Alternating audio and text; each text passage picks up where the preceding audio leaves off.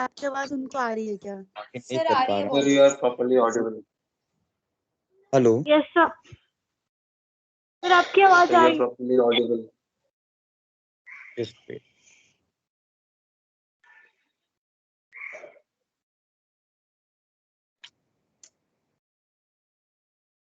एक second wait अच्छा। Wait wait.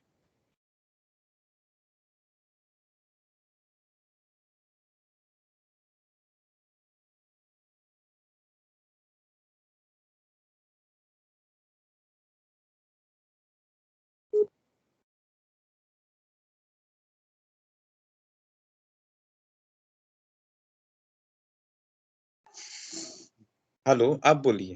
Hello yes sir.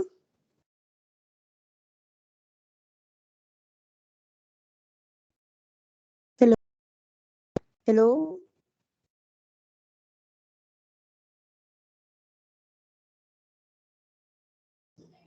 आ रही है वॉइस।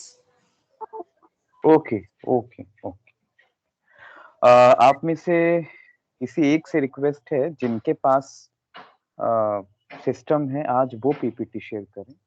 मैंने कल ऑलरेडी ये पीपीटी शेयर कर दिया है, एमएस टीम में ऑलरेडी वो है। तो क्रिटिकल एनालिसिस ऑफ सांख्ययोग करके पीपीटी है।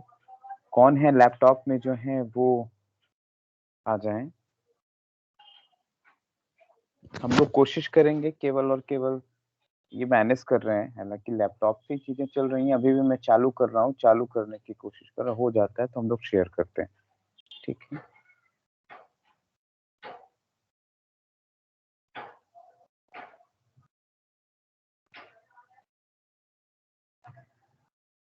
Yes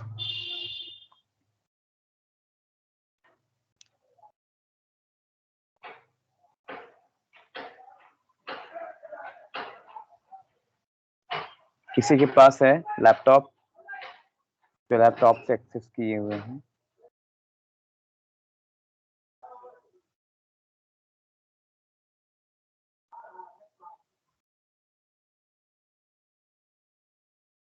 anyone?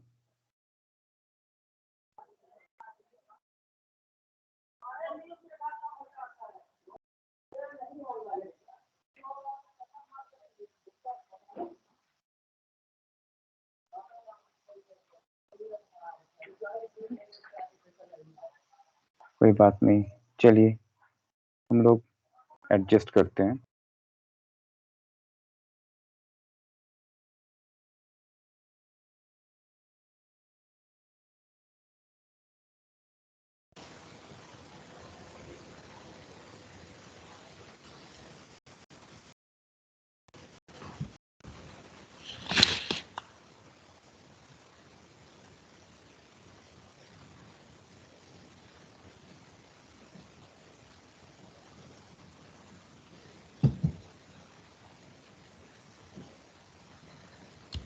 यस आवाज इसमें आ रही है।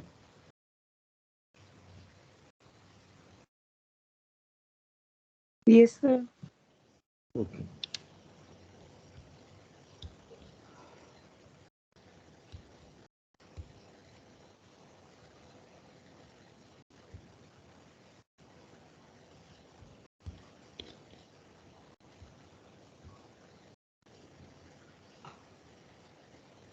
पिछले सेशन में हम लोगों ने सांख्य योग की कुछ क्रिटिकल एनालिसिस की थी और साथ ही में ये भी देखा था कि किस तरीके से सांख्य की जो आइडियोलॉजी है वो भगवत गीता में दिखती है।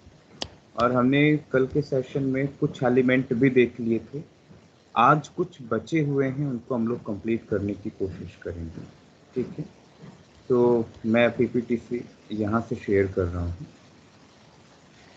तो मैंने पिछले सेशन में क्या देखा, हम लोगों ने पिछले सेशंस में देखा है कि जो सांख्य की कॉस्मोगॉनी थियरी है, कॉस्मोगॉनी थियरी का मतलब जो सांख्य का सृष्टि का सिद्धांत है कि ये दुनिया कैसे बनी और उस दुनिया में जो आने वाले सारे एलिमेंट हैं उनको कैसे देखा जाए, कैसे समझा जाए, है ना, कैसे परसीव किया जाए।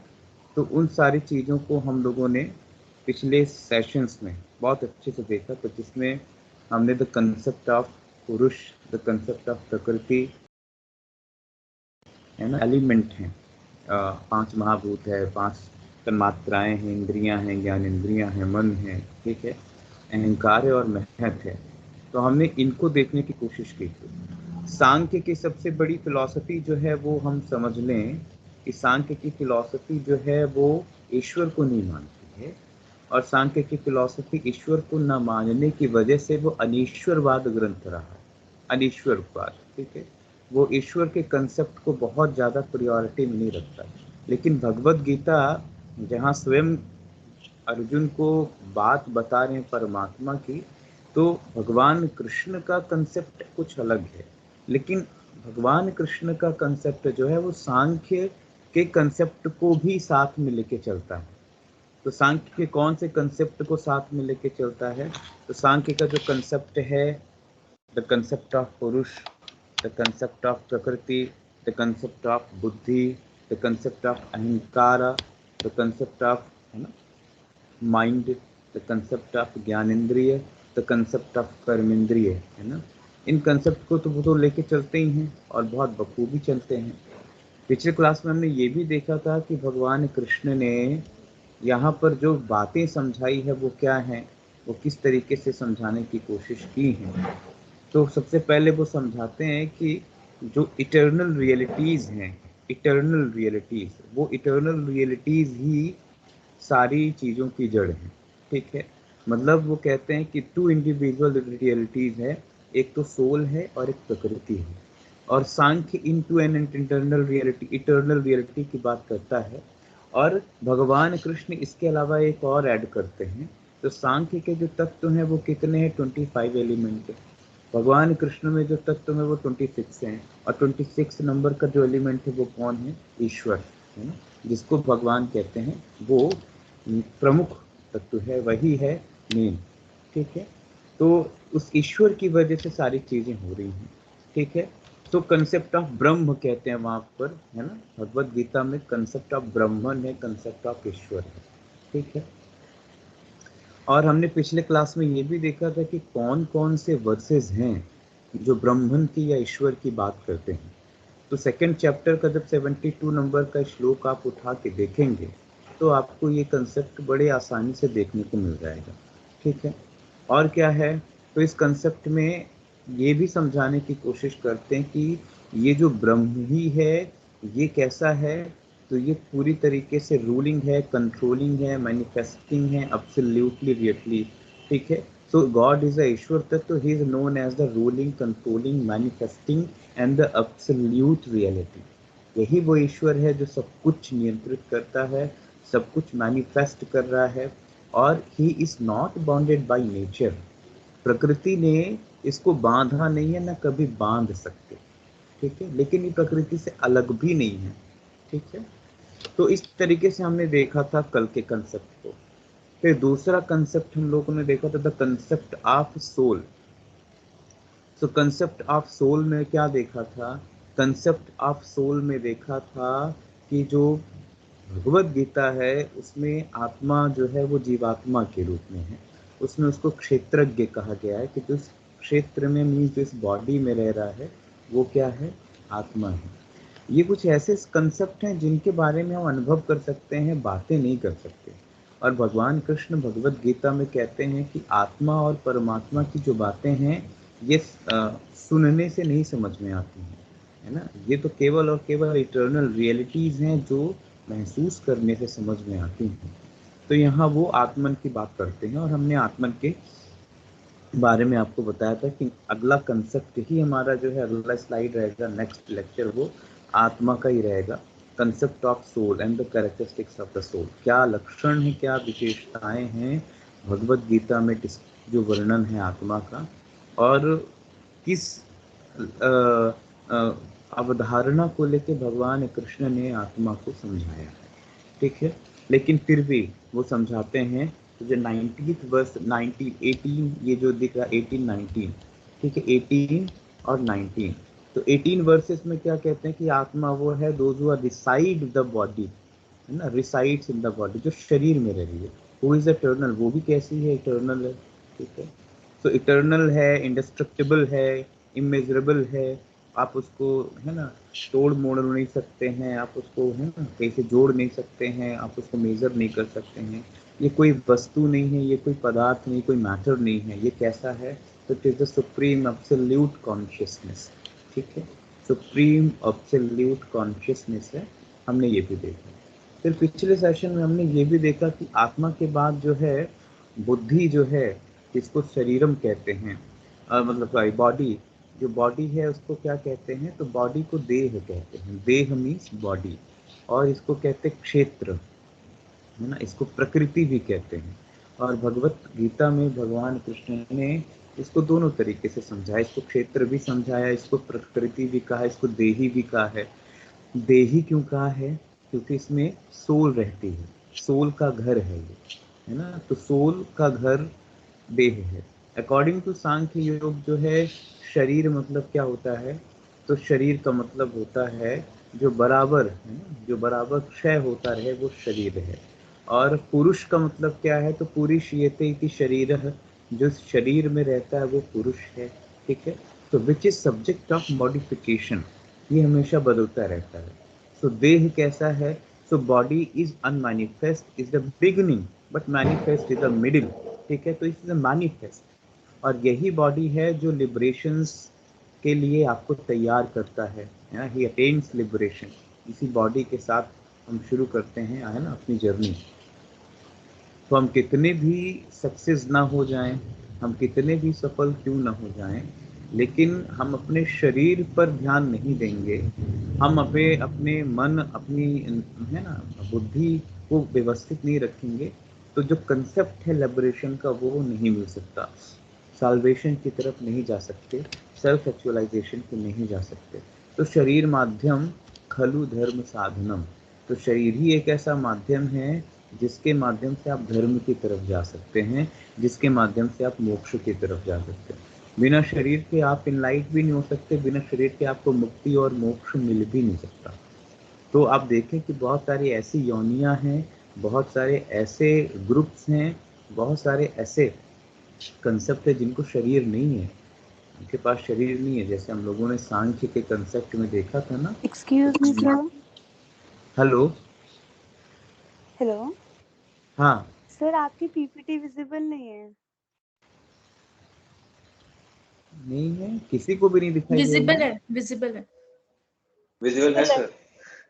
ओके जी ओके आपके एंड पर ओके। ओके, आप थोड़ा सा देखिए, शायद कोई नेटवर्क इशू होगा आपके पास। ये sir, just a second, I will check. तो कंसेप्ट ऑफ जो बॉडी है, हमने इसको देही कहा है ना। भगवत गीता में ये देही है, देही की कंसेप्ट भी ये साथ में चलता है। ठीक है, और एक जो सबसे अच्छी चीज है जो हमेशा हम सुनते हैं, आपने एक शब्द सुना होगा, पंचकोश। तो पंचकोश जो है, it is the 5 experience of our human body. तो 5 एक्सपीरियंस का मतलब होता है कि आप 5 तरीके से अनुभव करके अपनी आत्मा के दरवाजे तक पहुंचते हैं, या यूं कहें तो वो 5 रास्ते हैं जिसके माध्यम से आप अपनी, है ना, सोल की एंटाइटी को समझते हैं या आत्मज्ञान की तरफ जाते हैं। तो इसमें जो मेजर जो कर्टन है, जो मेजर लेयर है, वो है द बॉडी। ठीक है, शरीर।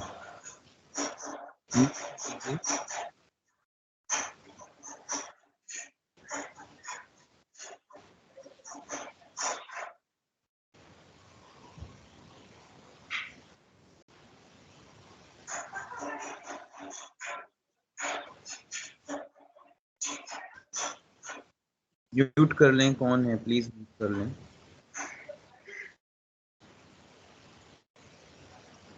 चलिए, ऑनलाइन क्लास के कई बार ये बेनिफिट भी होते हैं कि आप एक समय में 2 काम 3 काम करते रहते हैं, है ना। लेक्चर भी सुनते रहते हैं, काम भी चालू रहता है। सो शरीर के कंसेप्ट में हमने कल डीप में देखा था, केवल आज बस मतलब हम थोड़ा सा सरफेसियल लेवल पे हम लोग थोड़ा सा बढ़ रहे हैं। फिर हमने इंटेलिजेंस भी देखा, हमने इंटेलिजेंस भी देखा, और हमने यही देखा कि बुद्धि मीन्स इंटेलेक्चुअल जो कॉन्शियसनेस है या इंटेलेक्चुअल अवेयरनेस है, इंटेलेक्ट को रिफाइन करने की या इंटेलेक्ट को प्यूरिफाइड करने की टेक्निक्स भगवान कृष्ण ने अर्जुन को सिखाई है, और उसी को क्या कहते हैं, ज्ञान योग या बुद्धि योग कहते हैं। और बुद्धि योग का बहुत बड़ा कंसेप्ट है, और भगवान कृष्ण कहते हैं कि बुद्धि क्या है, तो इट इज द सत्व पार्ट ऑफ द, है ना, इट इज द सत्व पार्ट, प्रीडोमिनेंस ऑफ द सत्व, ठीक है ना, ऑफ द प्रकृति, क्योंकि सीधे ये नजदीक है किसकी, परमात्मा के, मतलब सोल के। तो जो सोल का शाइनिंग है वो इंटेलिजेंस में डायरेक्ट पड़ रहा है in the cosmogonic concept of the Sankhya yoga. Sankhya योग में से मैंने आपको पहले बताया था कि पुरुष और प्रकृति के मिलने पर पहला तत्व जो बना वो बुद्धि बना, वो इंटेलिजेंस बना, इसलिए ज़्यादा नज़दीक है बुद्धि अपने, है ना, सोल के। तो सोल का जो लाइट है, सोल का जो रिफ्लेक्शन है, सोल का जो इम्प्रेशन है, वो बुद्धि पर ज़्यादा गहरे तरीके से पड़ता भी है। तो हमेशा बुद्धि को हर एक कार्य में लगाएं, और भगवान कृष्ण यही समझाना चाहते हैं। और भगवान कहते भी हैं कि Arjuna, how to use his intelligence to stabilize his mind and see things clearly. भगवान कृष्ण अर्जुन को ये समझाते हैं कि अपनी बुद्धि को कैसे समझाएं, अपनी बुद्धि को कैसे स्टेबल करें, और कैसे अपनी माइंड को, है ना, स्टेबल करके अपने कंफ्यूजन को क्लियर करें, और जो भी डिल्यूजन है, जो भी सारोनेस है, जो भी ड्यूअलिटी है, जो भी तमाम तकलीफें, उनसे कैसे मुक्ति पा सकते हैं, ये बुद्धि की बात। फिर हमने देखा 71 में indirect form of the ego बताया है, अहंकार को भी बताया भगवान कृष्ण ने कि ईगो क्या है। तो ego is the self sense और the feeling that I am this and I am that, I have this और दैट। ये जो है ना फीलिंग्स हैं, ये कहाँ पर है, ये ईगो में। तो ईगो ही है जो रियलाइज कराता है कि मैं ये हूँ, मैं वो हूँ, मैं ऐसा हूँ, मैं वैसा हूँ, मैं ये करता हूँ, मैं वो करता हूँ, मेरे पास ऐसा है, मेरे पास वैसा है। तो this pure self is without attribute, ठीक है ना। The ego arises from it is a projection and the acquired attributes such as a name and the form, ठीक है। तो सेल्फ तो प्योर है, उसको तो किसी नाम की जरूरत नहीं है। वो कैसा है, वो अनाम है ना, वो अनाम है, वो बेनाम है। लेकिन हमारी ईगो की वजह से हम अपने सोल को नाम देते हैं। क्या देते हैं, तो जैसे मैं पूछूं क्या नाम है आपका, तो मनमोहन बोलेंगे मेरा नाम मनमोहन है। तो मैं बोलूँगा मनमोहन कौन है, तो मनमोहन बाद में थोड़ी देर के लिए सोचेंगे, फिर मनमोहन बोलेंगे इस शरीर का नाम मनमोहन है। तो मनमोहन को इतना तो समझ में आया ना कि ये शरीर का नाम मनमोहन, इसका मतलब के आगे कुछ और है ना। मैं, ये मेरी शर्ट है, तो मैं कहूँगा मेरी शर्ट है ये। तो ये जो फीलिंग ऑफ ईगो है, जो फीलिंग ऑफ अहम है, ये फील तो हो रहा है ना कि मेरी शर्ट मतलब कोई तो है। तो ये जो मेरापन भाव है ना प्रोजेक्ट हो रहा है, ये किसके भी थ्रू होता है, ईगो के थ्रू होता है। And the self consciousness pure, whereas ego consciousness filled with the delusion, a desire and attachment. और इसीलिए मैंने आपको बताया था कि हमारा नेचर कैसा है, तो हमारा नेचर प्योर क्रिस्टल क्लियर है। हमारा नेचर क्रिस्टल क्लियर है, हम क्रिस्टल क्लियर की तरह हैं, है ना। तो यदि आप इस क्रिस्टल में कोई डस्ट डालेंगे तो हल्का सा तो धूल आएगी। तो जो भी हल्की धूल आ रही है उसकी वजह से यदि आप क्रिस्टल पे झांकने की कोशिश करेंगे तो आपको आपका चेहरा धुंधला दिखेगा। और सेम ऐसा ही है, ये क्रिस्टल क्या है, तो इस crystal it's called a ego, और जो देख रहा है वो कौन है, it's called a soul.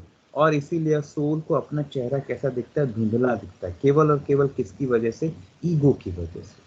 So ego filled with delusion, desire and attachment. Ego के पास ही ये डिल्यूजन और डिजायर। उसके बाद क्या है, द माइंड। हाँ sir, what is the difference between ego and self respect? Sir कई बार ईगो को, सेल्फ रिस्पेक्ट को भी लोग ईगो समझते हैं। तो sir what is the difference between, sir, according to Bhagavad Gita? Self ego is the dominant by the intellectual ego. उसको इंटेलेक्चुअल ईगो कहते हैं, जो सेल्फ ईगो है, ठीक है। तो सेल्फ ईगो उन लोगों का जो बार बार अपनी सेल्फ रिस्पेक्ट की बात करते हैं कि हमारा सेल्फ ईगो है, जिसको स्वाभिमान कहते हैं। तो स्वाभिमान उन्हीं लोगों का है जिनका इंटेलेक्चुअल कॉन्शियसनेस या इंटेलेक्चुअल अवेयरनेस ज़्यादा है, ठीक है ना। सेल्फ ईगो कुछ भी नहीं हो सकता। जैसे कुछ लोग, किसी ने किसी की बेइज्जती कर दी और वो बेइज्जती यदि सही है, फॉर एग्जांपल कि आपने कुछ गलत काम किया है और आपको आपके फैमिली के मेंबर ने डांट दिया, तो आप क्या बोलेंगे?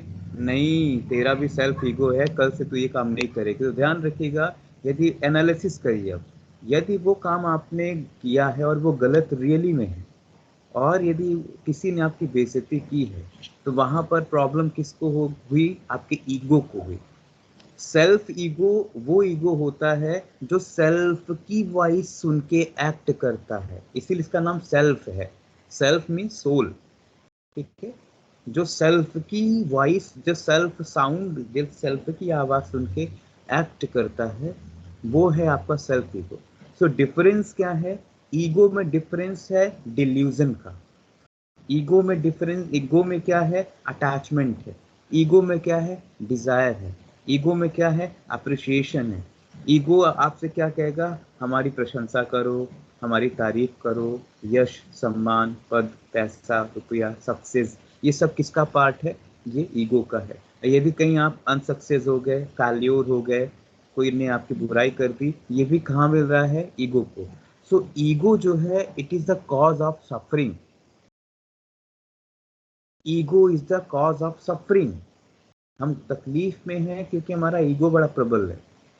हमारा ईगो यदि स्टैंडर्ड होएगा तो हम ज्यादा तकलीफ में रहेंगे।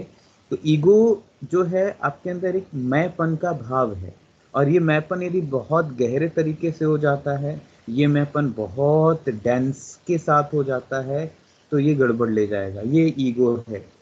सेल्फ ईगो क्या हुआ? सेल्फ ईगो में मैंपन का भाव तो है, मैंपन का भाव तो है, लेकिन उसके अंदर ये भाव है कि साहब ये मैं नहीं कर रहा हूँ, मैं है उसका। और वो फॉर एग्जांपल कैसे लोगों में दिखेगा? तो जैसे आप हनुमान जी की लाइफ स्टाइल देखें, हनुमान से जब कोई कहता कि हनुमान क्या बात है, आप इतने बलशाली हैं, आपने पूरा संजीवनी पर्वत ऐसे हाथ से उठा लिया था, तो हनुमान ने क्या जवाब दिया? साहब ये मैंने नहीं किया, ये किसने किया? ये हरि कृपा, ये राम कृपा। सो राम कृपा की वजह से मैं कर पाया, मैं कौन होता हूँ करने वाला?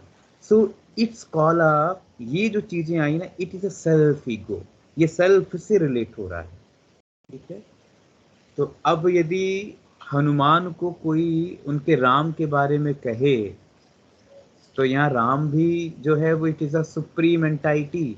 और जब हनुमान की ईगो को लगेगा तो वो उनका सेल्फ ईगो है ना, कि साहब आपने मेरे सेल्फ ईगो को, आज सेल्फ रिस्पेक्ट पे तो नहीं आने दूंगा।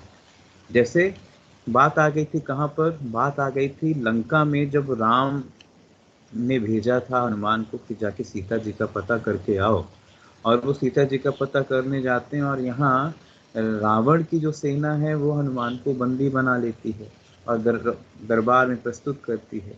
तो यहाँ आँच ना आने पाए राम की स्थिति पर, कहते हैं ना कि है सौगंध मुझे रघुवीर प्राण की, मैं, मुझे रघुवीर की सौगंध है। और सौगंध करके क्या कहते हैं? वो अपने पूंछ को बहुत भारी कर देते हैं और कहते हैं जो हमारी पूंछ को उठा लेगा, मैं स्वीकार कर लूंगा उसकी गुलामी। तो जिस यहाँ बात आती है, जो नॉर्मल लोग कहते हैं कि राम की कृपा इस तरीके से थी, या राम पर इतना विश्वास था हनुमान जी का कि उनको पता था कि राम की श्रद्धा इतनी गहरी है, राम के प्रति श्रद्धा इतनी गहरी है हनुमान की, कि वो कभी डिगेगी नहीं। और राम की कृपा इतनी ज्यादा है हनुमान पे कि वो कभी डिस्टर्ब नहीं होगी, मीन्स वो हमेशा फलित होएगी, वो कभी असफल होने नहीं देंगे। और इस भाव के साथ वो बड़े से बड़े काम कर गए, अपनी पूंछ को इतना भारी कर दिया कि लोग उठा नहीं पाए। तो ये क्या है? यहाँ पर सेल्फ रिस्पेक्ट की बात है कि मेरे राम की सौगंध है और राम की कृपा है, यदि ऐसा कोई करेगा तो मैं, है ना, मैं राम का जो दूत, मैं राम का दास, मैं उनकी तरफ से माफी मांग लूंगा पूरे दरबार से।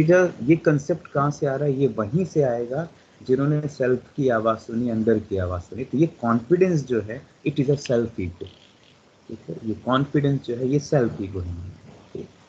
चलिए आगे चलें।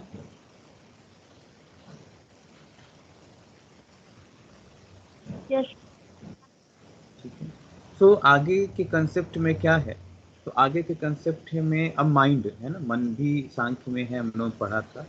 तो यहाँ पूरा जो कंसेप्ट है, the mind is the source of all disturbance and instability. और यहाँ पर बात करते हैं मन की, जो पूरी तरीके से परेशान करने वाला है, पूरी तरीके से प्रभावित करने वाला है। और पूरी भगवत गीता इसी मन की स्टेबिलिटी के लिए लिखी गई, और पूरी भगवत गीता इसी मन की स्टेबिलिटी के लिए कही गई। भगवान कृष्ण ने अर्जुन के मन की स्टेबिलिटी को ही समझाने के लिए सारा 18 चैप्टर, और भगवान ने जब अर्जुन को समझाना शुरू किया कि तेरा मन जो अर्जुन है वो इस समय तेरा दुश्मन बन गया है। तो मनेव मनुष्याणाम कारण बंधन मोक्षयोः, मन जो है वो तुम्हारा दुश्मन भी है, मन तुम्हारा शत्रु भी है, मन तुम्हारा मित्र भी है। मन तुम्हें बंधन में भी डाल सकता है और मन तुम्हें मोक्ष की तरफ भी लेके जा सकता है। So the purpose of the discourse in the Bhagavad Gita also the same, and Arjun stabilize his mind to focus upon the duty, है ना, कि कैसे हम अपने कर्तव्य को करते जाएं, अपने कर्म को करते जाएं और आगे बढ़ते जाएं। ये भगवान कृष्ण ने भगवद गीता में समझाया। और कैसे, तो यहाँ आगे की प्रैक्टिस भी है। क्या प्रैक्टिस करते हैं, तो बोले सब चंचलम ही मना कृष्णा, इतना ये जो मन है इतना चंचल है, कैसे इसको कंट्रोल करें।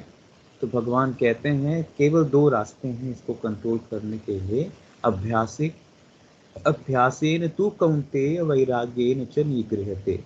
अभ्यास और वैराग्य से ही केवल और केवल आप इस मन की ऊर्जा को समझ सकते हो, कंट्रोल कर सकते हो। So here is the controlling of the mind, mastery of the mind is called बुद्धि योग, ज्ञान ध्यान योग। तो ध्यान योग जो है वो मास्टरी ऑफ माइंड, और भगवान मास्टरी ऑफ माइंड के लिए बहुत कुछ बताते हैं। और हम आगे देखेंगे 3rd जो यूनिट है आपका, मॉड्यूल 3 नहीं है ना, मॉड्यूल 2 का 3rd यूनिट टॉपिक देखेंगे। उसमें ध्यान योग का कंसेप्ट है। भगवान ध्यान के बारे में बताते हैं, ध्यान के स्पेसिफिक आइडियल प्लेस की बात करते हैं, है ना, आदर्श स्थान की बात करते हैं, कैसे ध्यान करें और ध्यान की स्थिति में कैसे रहें, ये कौन बताता है, तो ये भगवान कृष्ण बताते हैं। तो जो सारी कहानी है वो मन के इर्द गिर्द घूमती है। नाउ द सेंसेस, तो सेंसेस की बात भी भगवत गीता में बड़ी अच्छे से की गई है। तो कौन सी बात है सेंसेस की बात यदि देखी जाए, तो यहाँ हम लोग समझें कि क्या है सेंसेस, किस तरीके से भगवान कृष्ण सेंसेस को समझा रहे हैं। So senses is a part of the body, and the 5 senses is the sense organ, cognitive faculty, and the 5 is the your, है ना। 5 कौन से हैं, तो 5 आपके जो हैं वो किस तरीके के हैं, तो 5 आपके मोटर ऑर्गन हैं। तो सेंसेस के कंसेप्ट जो हैं वो हम लोग यहाँ पर समझने की थोड़ी सी कोशिश कर लेते हैं, ठीक है। सेंसेस के कंसेप्ट को हम लोग समझ लेते हैं कि सेंसेस क्या है। तो यहाँ पर सांख्य की जब फिलॉसफी आप पढ़ेंगे या सांख्य की थियोरी आप पढ़ेंगे, तो भगवान कृष्ण सांख्य की थियोरी को बहुत गहरे तरीके से बताने की और समझाने की कोशिश करते हैं, बहुत गहरे तरीके से, ठीक है। तो ये जो इंद्रियां हैं वो क्या हैं, तो भगवत गीता में कहते हैं इंद्रियां जो हैं वो घोड़े हैं, इंद्रियां जो हैं वो घोड़ों की तरह है, और मन जो है वो लगाम है, बुद्धि जो है वो कैसा है कि बुद्धि सारथी है, और आत्मा जो है वो रथी है। मीन्स आत्मा जो है वो मालिक है, बुद्धि क्या है, सारथी है, मन क्या है, लगाम है, और इंद्रियां क्या है, घोड़े हैं। और ये पूरा रथ क्या है, तो पूरा रथ जो है बॉडी। तो हमारे शरीर का जो रथ है, हमारा जो रथ है, उस रथ में सेंसेस इज द, है ना, क्या है, तो सेंसेस इज द एनर्जी, घोड़े हैं जिसकी वजह से रथ मूव कर रहा है। So in the body the reside the divinities, they are briefly discuss the 2nd chapter, but they are not separately listed, ठीक है ना। बात तो करते हैं इंद्रियों की बात आती है ना। और कहते हैं कि जो हमारे 5 ऑर्गन जो है परसेप्शंस के, एंड द 5 सब्टल हैं, कर्मेंद्रियां हैं, ठीक है। तो ये अपने अपने सब्जेक्ट्स है ना। तो ये जो परसेप्शन वाले ऑर्गन हैं, जो आपकी आंखें हैं, जो आपके नाक हैं, जो आपके कान हैं, ये क्या कर रहे हैं, तो ये जो है ये परसेप्शन करते हैं, ये नॉलेज करते हैं। लेकिन यदि इस पे इंद्रियां ज़्यादा अटैच हो जाएं अपने सब्जेक्ट से, इंद्रियां ज़्यादा अटैच रहें, ज़्यादा अटैचफुल तरीके से बनी रहें, तो उसको क्या कहेंगे? तो उसको हम कहेंगे कि साहब ये तो बड़ी तकलीफ वाला विषय हो जाएगा। तो यदि इंद्रियां अपने सब्जेक्ट से अटैच होंगी तो अपने गोल से हट जाएंगी, माइंड उनका और ज़्यादा अटैच हो जाएगा, एडिक्टेड हो जाएगा, है ना, और पैसिव हो जाएगा। तो यहाँ भगवान कृष्ण कहते हैं कि जब कभी हमें साधना की तरफ जाना है, या जब कभी हम सोसाइटी में रहते हैं या हम समाज में रहते हैं, तो जो भी हम फीलिंग्स, जो भी हमें प्लेजर्स वगैरह फील होता है, ये सबसे पहले इंद्रियों से ही महसूस होता है। और यदि हमारी इंद्रियां कमज़ोर होंगी तो हमें पेन ज़्यादा महसूस होगा, हमें हीट एंड कोल्ड ज़्यादा महसूस होगा, है ना, इम्परमानेंट एंड द फ्लीटिंग्स, है ना, ये सारी चीज़ें बहुत इम्पॉसिबल हैं। लेकिन हमारी इंद्रियां मजबूत हो जाएं तो हम सिचुएशंस के प्रति आसानी से अडॉप्ट हो सकते हैं, हम इस सोसाइटी में, हम एटमॉस्फेयर में आसानी से अपने आप को एडजस्ट कर सकते हैं। ठीक है, तो सेंसेस का मजबूत होना ज़्यादा ज़रूरी है। और यहाँ पर भगवान कृष्ण बात करते हैं, है ना, 62-63 में describe the how to the scene sense lead one downfall, कैसे जो सेंसेस हैं वो किसी को, है ना, गिरा सकती हैं। और यदि भगवत गीता आपके पास हो तो भगवत गीता का जो 62-63 नंबर का श्लोक है ना, उसको आप देखें। तो 62 नंबर का ध्यायतो विषयन पुंसः संगस्तेश पूजायते संगात संजायते कामः कामात् क्रोध भिजायते। ठीक है, तो और 61 का देखेंगे तो 61 है, हम एक सीक्वेंस में देखते हैं ताकि आपको समझ में आए कि हम कहना क्या चाह रहे हैं, हम कहाँ जा रहे हैं। ठीक है, तो 61 का श्लोक यदि आपके पास है, आप भगवत गीता में देखिए, आप सभी अपने अपने एप्लीकेशंस में या इंटरनेट में देखिए, सेकेंड चैप्टर 61 श्लोक। सो तानि सर्वाणि संयम्य युक्त आसीत मत्परः वशे हि इंद्रियाणि तस्य प्रज्ञा प्रतिष्ठिता। क्या मतलब है? तानि सर्वाणि संयम्य युक्त आसीत मत्परः, साधक को चाहिए कि वो उन संपूर्ण इंद्रियों को वश में करके समाहित चित्त होता हुआ मेरे परायण होकर ध्यान में बैठे, क्योंकि जिस पुरुष की इंद्रियां वश में होती हैं उसकी बुद्धि स्थिर हो जाती है। It is a very important things. यदि जिसकी बुद्धि वश में, उसकी इंद्रियां वश में है, सो senses awareness always promote to your intellectual awareness। तो सेंस यदि हमारी कमजोर हैं तो हमारी बुद्धि भी हमेशा कमजोर होंगी। ठीक है, और यदि हमारी सेंस मजबूत है तो हमारी बुद्धि मजबूत होएंगी। तो सेंस को क्या करना है? यदि आप सेंस यदि हमारे वश में है तो ध्यान रखिएगा हमारी बुद्धि भी स्थिर हो सकती है, और सेंस हमारे वश में नहीं है तो हमारी बुद्धि स्थिर होने वाली नहीं। ठीक है, तो बुद्धि का स्थिर होना जो है ना, ये मायने रखता है। ठीक है, बुद्धि का स्थिर होना बहुत मायने रखता है। ठीक है, जो हम यहाँ समझें। आगे ये और क्या समझाते हैं? ये कहते हैं कि यदि आपको अपनी बुद्धि पर काम करना है तो क्या करना है? तो बुद्धि कैसे डिस्टर्ब हो जाती है, what is the relation of इंद्रिया टू, है ना, what is the relation of इंद्रिय टू इंटेलिजेंस। तो वो कहते हैं ध्यायतो विषयान पुंसः, 62 नंबर का श्लोक, संगस्ते पूजायते संगात संजायते कामः कामात् क्रोधा विजायते। क्योंकि जैसे जैसे आप चीज़ों को बार बार सोचना शुरू करेंगे, बार बार उसके बारे में थिंक करना शुरू करेंगे, suppose to be those who have a social media addiction, है ना, एडिक्शन। अब वो बार बार उनके दिमाग में क्या चलेगा, अभी फेसबुक में देख लूँ क्या हुआ, क्या कमेंट हुआ, मेरी जो पोस्ट अभी 1 घंटे पहले मतलब शेयर की थी उसमें कितने लाइक और कमेंट आए हैं, कितने लोगों ने शेयर किया है। तो बराबर क्या चल रहा है, विषयों, है ना, ध्यायते विषयः पुंसः, बार बार वो सब्जेक्ट आपके दिमाग में चल रहा है। ठीक है, जिससे विषय के प्रति आप अट्रैक्ट हो जाते हैं। तो तुरंत आपके दिमाग में आ गया, एक बार फेसबुक देख लेते हैं, मतलब अब ये आंखें जो हैं वो फड़फड़ाएंगी क्या देखने के लिए? फेसबुक का वो पोस्ट जो आपने 1 घंटे पहले शेयर किया था। तो जो आपकी इंद्रियां क्या हो जाएंगी, वो अटैच्ड हो जाएंगी फेसबुक से। एंड जैसे ही आपको अटैच्ड होगा तो अटैच से क्या होगा, अटैचमेंट से उन विषयों की कामना उत्पन्न होती है। जैसे अटैच्ड हुए तो अब आपके दिमाग में और आएगा कि अरे यार बिल्कुल करना चाहिए, और कर लेते हैं और कर लेते हैं। और जैसे कामना हुई और कामना में भी कोई problem I, for example internet नहीं चल रहा है, या फॉर एग्जांपल आपके फैमिली मेंबर या मदर फादर ने कह दिया कि जाओ ये करके आओ, वो करके लेके आओ, ऐसा करो वैसा करो, है ना, थोड़ी देर पढ़ाई कर लो, है ना, थोड़ी देर क्लास कर लो, तो इस तरीके की भी कोई बातें की है जिसमें आपका जो डिज़ायर है वो फुलफिल नहीं हो पा रहा है। डिज़ायर क्या है, फेसबुक, लेकिन वो फुलफिल नहीं हो पा रहा, तब आपको गुस्सा आएगा और आप इरिटेट होकर बोलेंगे कि आप लोग को समझ में नहीं आता है, जब देखो तो हम ही को परेशान करते रहते। इस तरीके की जो चीज़ें हैं वो कहाँ चल रही हैं, तो वो हमारे साथ में चल रही हैं, ठीक है।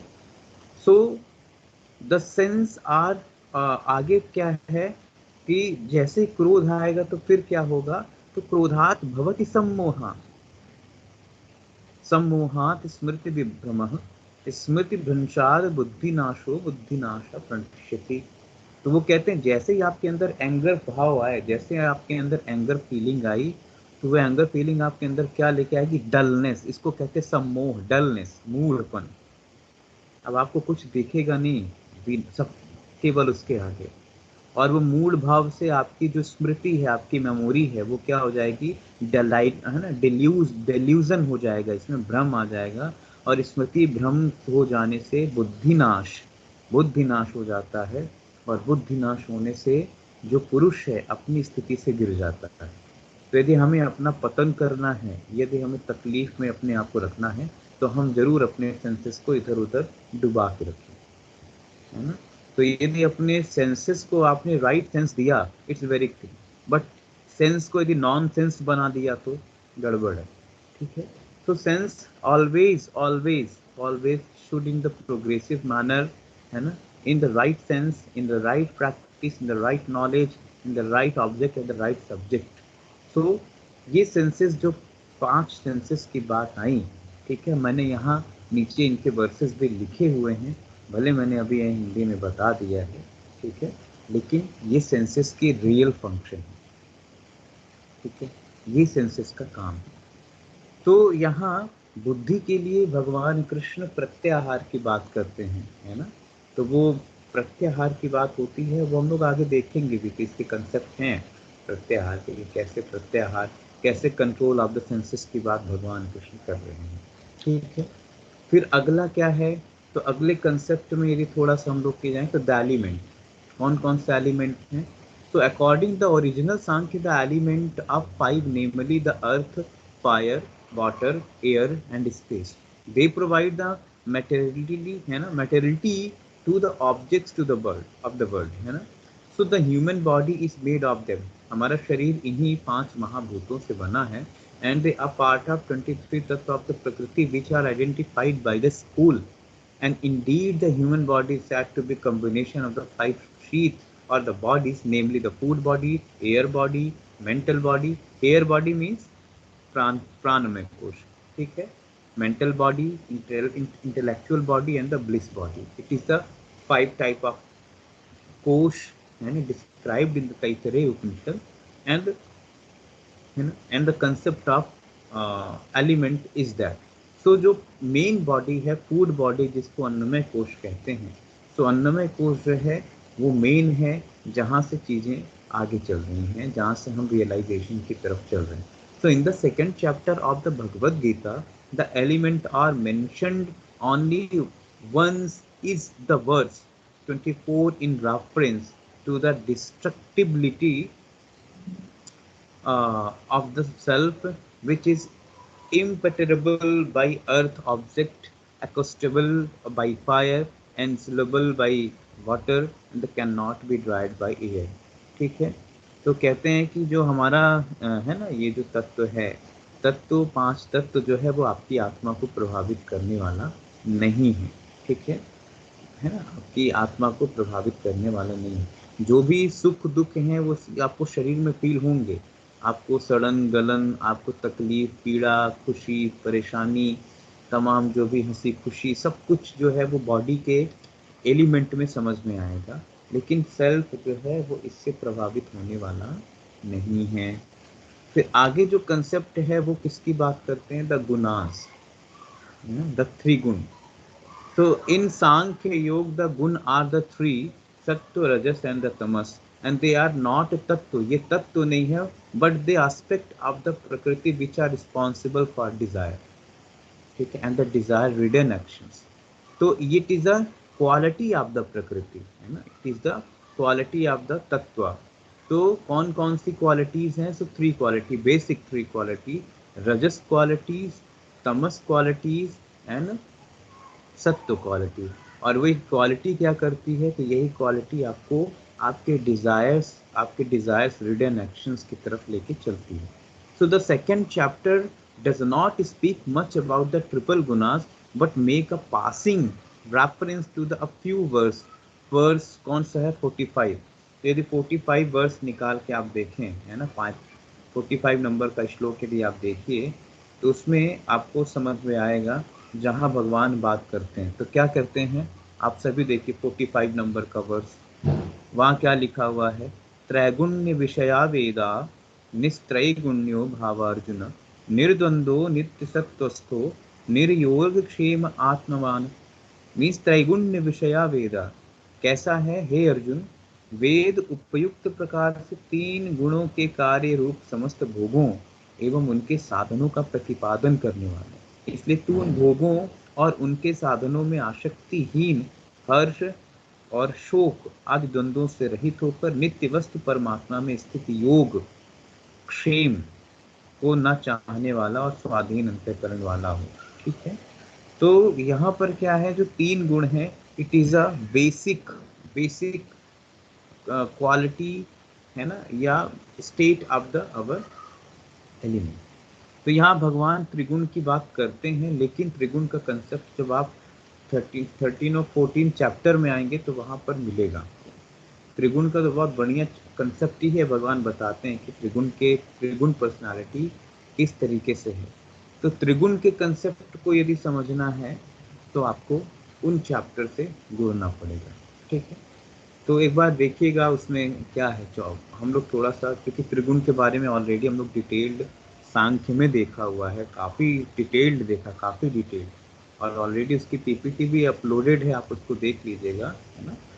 लेकिन भगवान कृष्ण त्रिगुण के बारे में क्या कहते हैं, तो ये तीन तरीके की पर्सनालिटी है, satya personality, rajas personality and the tamas personality.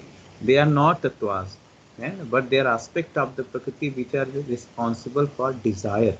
हमारी जो भी इच्छाएं हैं, हमें हमारी इच्छाएं पॉजिटिव हैं, निगेटिव हैं, न्यूट्रल हैं, वो किससे रिलेटेड है, वो इन गुण से रिलेटेड है। हमें सुख मिलता है तो सुख is the form of the सत्व, दुख is the form of the रज, and the moha is the form of the tamas according to Sankhya philosophy. And such knowledge is very helpful to stabilize the mind and overcome desire and attachment. हमें ये पता चल जाएगा कि कौन सा व्यक्ति का कौन सा नेचर है, तो हम उसको उसके अकॉर्डिंग, है ना, प्रैक्टिस करा सकते हैं, है ना। तो यदि कोई तामसिक है तो आप तो, है ना, समझ सकते हैं कि वो किस नेचर का है। यदि वो पैसिव नेचर का है, मोह नेचर का, अटैचमेंट ज़्यादा है उसको, तो उसको कहाँ आप उसको एंट्री करा सकते हैं, कैसी प्रैक्टिसेस करा सकते हैं, है ना। तो जो तमस है तो तमस को रजस की प्रैक्टिस कराते हैं, जो रजस से युक्त है उसको सत्व की प्रैक्टिस कराते हैं, है ना। तो कोशिश ये करते हैं कि जो रजस से युक्त है, रजस तो केवल और केवल एक एनर्जी पार्ट है, लेकिन मेन होता है दो ही पर्सनालिटी, सत्व और तम। सत्व और तम, रजस भी होती है, कुछ लोग हाइपर माइंड के होते हैं, उनके अंदर रजस क्वालिटी होती है, but basic two type of person exist in universe, type A personality and the type B personality. So type A personality is the stressful personality and the type B personality is the very peaceful personality. So type A को आप stressful कह सकते हैं, anxious personality कह सकते हैं, overthinker हैं, है ना, इस तरीके की personality। तो है ना, तो ऐसी पर्सनालिटी जो है वो तमस हो जाती है। सात्विक personality is the very blissful, happiness, peaceful, है ना, स्टेबल माइंड, है ना, इक्वानिमस माइंड स्टेट। ये जो कंसेप्ट हैं ये किसके हैं, तो ये हैं आपके सात्विक personality. So there are three guna mention and therefore through discriminate, है ना, one should transcend them to overcome duality and the cultivative of equanimity. ठीक है, तो यही वो चीज़ें हैं जिनसे आप है ना चीज़ों को डिस्क्रिमिनेट कर सकते हैं, और जो इक्वानिमिटी है उसको कल्टीवेट भी कर सकते हैं। तो यदि हम जान जाएं कि हमारे अंदर क्या गड़बड़ियाँ हैं, तो हम उसको ठीक कर सकते हैं in the concept of Bhagavad Gita. आपको पता है कि आप तामसिक हैं, आप पैसिव नेचर के, आप कंफर्ट जोन में रहने वाले, आप ज़्यादा मेहनत करने वाले नहीं हैं, तो आपको ये पता होगा कि हमें क्या करना चाहिए, लेकिन एक्शन आप नहीं करते हैं क्योंकि आप इस तरीके से, इतने गहरे तरीके से आपका जो माइंड है वो पैसिव हो गया है कि वो एक्शन नहीं चाहता है ना। लेकिन जब हम कमिट करते हैं, कहीं ना कहीं रजस आएगा थोड़े से सत्य के साथ, और कमिट करेंगे तो अपने आप कहाँ आप एक्ट करेंगे कि नहीं नहीं अब तो काम करना है। ठीक है, तो ये जो गुणांश हैं, ये गुणांश एलिमेंट नहीं है बल्कि is the feature, it is the feature. And buddhi yoga as adjunct of the Krishna Sankhya. So buddhi yoga जो है इट इज अ की नोड ऑफ द सांख्य योग, है ना। सांख्य योग में बुद्धि को ही सबसे प्रायोरिटी में रखा गया है। बुद्धि योग जिसको आप ज्ञान योग कह सकते हैं, बुद्धि योग कह सकते हैं। So traditionally the Sankhya darshan of the Kapil is associated with the yoga philosophy, and which like the Sankhya system is also considered as a darshan of the Hinduism. So in the traditional classification of Hindu philosophy, both go together. So if Sankhya is the theoretical foundation for the school, yoga is the applied discipline. And in the second chapter Bhagavad Gita also we find a similar approach. In the first half to the verses in the are devotees mostly of the Sankhya, and the second half are the dedicated to Buddhi yoga, so which is served to applied science of the Krishna Sankhya. तो कृष्ण का जो सांख्य है, कृष्ण की जो सांख्य की ideology है, तो आप देखें कि 39 ऑनवर्ड्स है ना, 39 के बाद जितना कंसेप्ट है वो सारा बुद्धि योग की ही बात भगवान कहते हैं। और भगवान उन 39 श्लोक में बुद्धि के ही कंसेप्ट को बड़ा पावरफुल बताते हैं और कहते हैं कि बुद्धि जो है वो हमारी कैसी होनी चाहिए। ठीक है, हमारी बुद्धि किस तरीके से काम करनी चाहिए। तो यहाँ श्री कृष्ण बहुत बढ़िया जवाब देते हैं।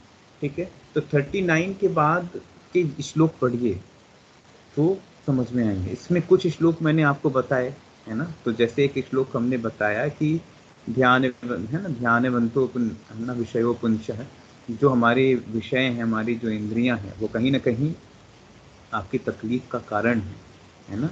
तो इंद्रियां जो हैं वो बुद्धि को अनस्टेबल कर सकती हैं।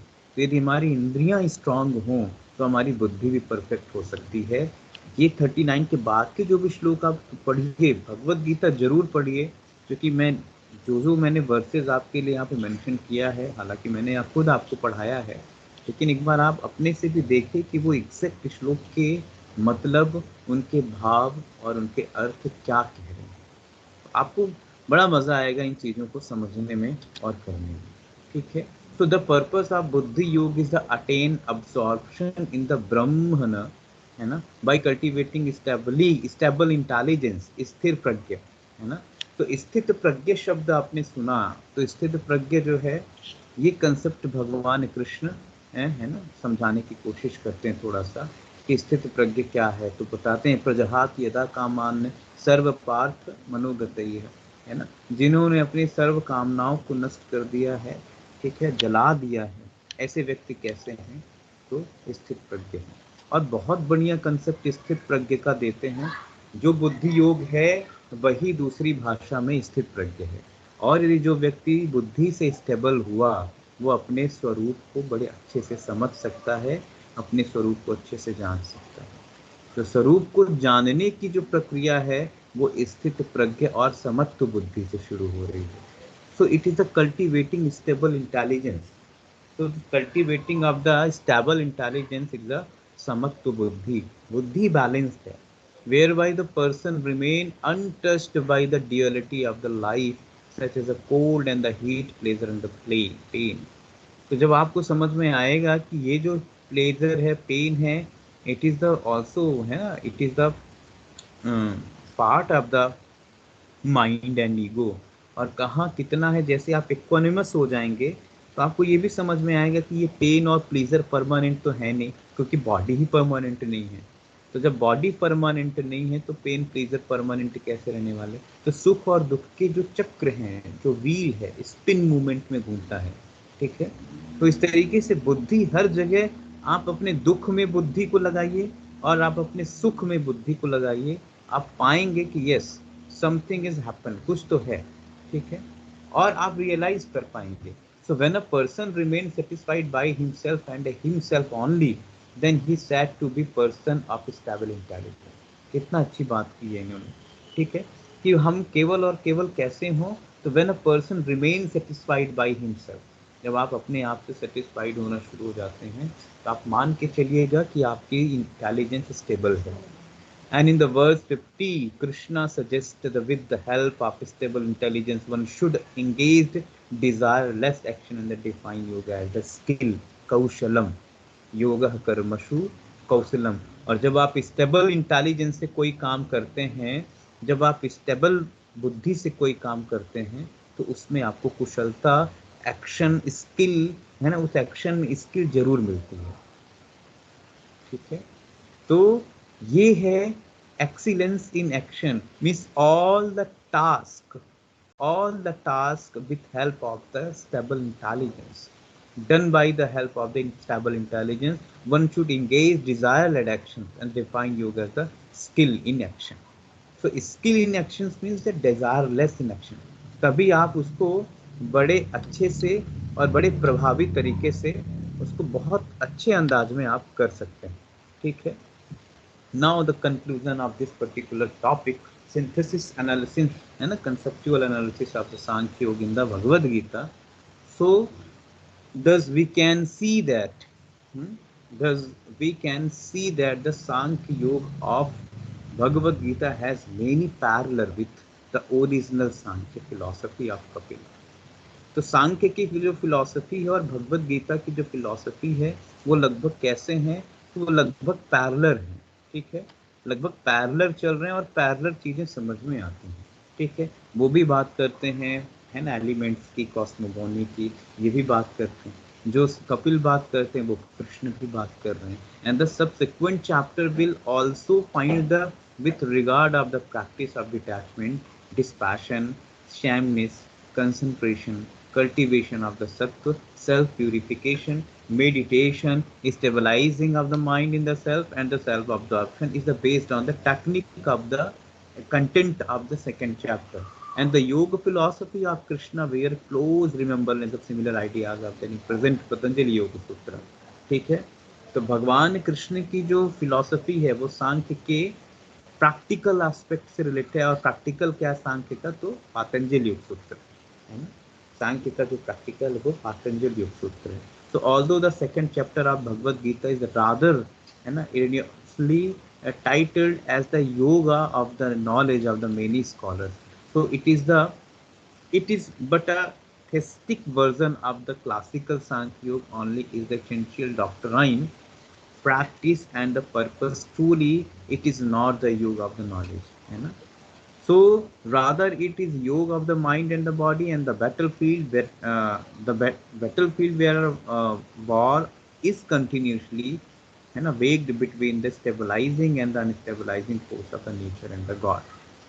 तो भगवद गीता जो है वो क्या समझा रही है, तो भगवद गीता ये समझा रही है कि हमेशा नेचर एंड गॉड के बीच में कहीं ना कहीं स्टेबलाइजिंग और डिस्टेबलाइजिंग फोर्स चालू है ना।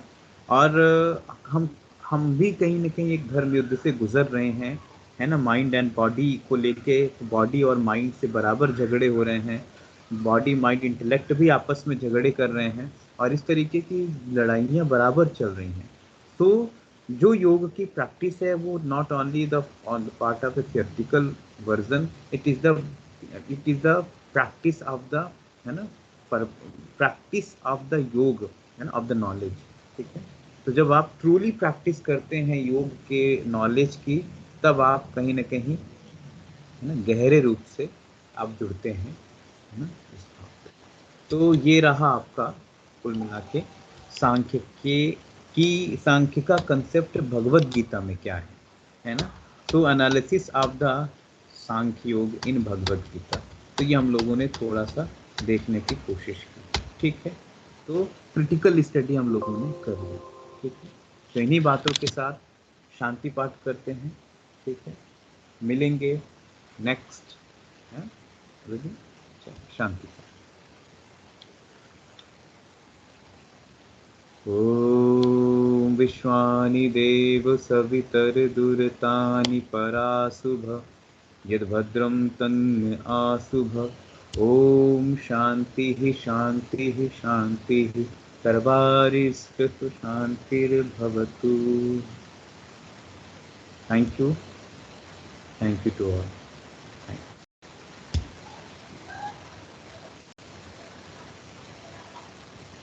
You can leave now, huh?